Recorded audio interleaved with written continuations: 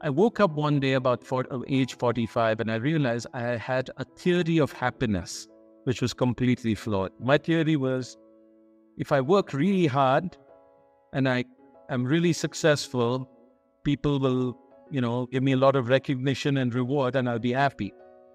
And I realized where that happened. It started happening in school. Every time I got good marks, the teacher smiled and my mother gave me a hug. Every time I didn't get good marks, there were frowns. So like an obedient dog, I tried to get good marks. Then I went to join a company. Every time I did some good work, boss was happy, gave you a raise, a promotion. Every time you didn't do it, you got a kick. So you're trained. Okay? So you get on this treadmill. The problem is, like an alcoholic, you need to drink more and more to get the same high. And one day you wake up and you say, man, how long can this continue? I'm no longer enjoying this. I'm no longer happy.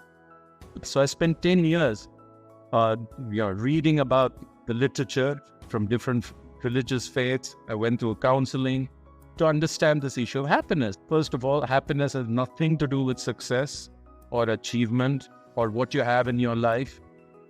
We all know people who have everything and are miserable. We all equally know people who have nothing, but they're always smiling. So it's an attitude. It's a psychologist called this synthetic. Synthetic means it's manufactured by our mind. And so the trick here is to control your thoughts. The second thing I learned painfully is the more you think about yourself, the more unhappy you're likely to be. The more you lose yourself, the more happy you are. So you can only be happy if you forget about yourself. It's been a very good lesson for me. The third one is acceptance. And, there was a beautiful moment for me when the shoe dropped. Irfan Khan, the actor, he was dying, very young, cancer. And the person was interviewing. He said, how are you able to smile when you know you're going to die in 2 months? He said, well, I'd hope life would be different, but life has no obligation to give us what we expect.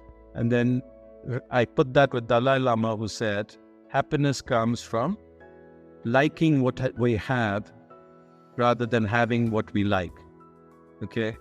So this is very hard for me because I used to think, I wish I were a big CEO of a big company like Satya Nadella at Microsoft.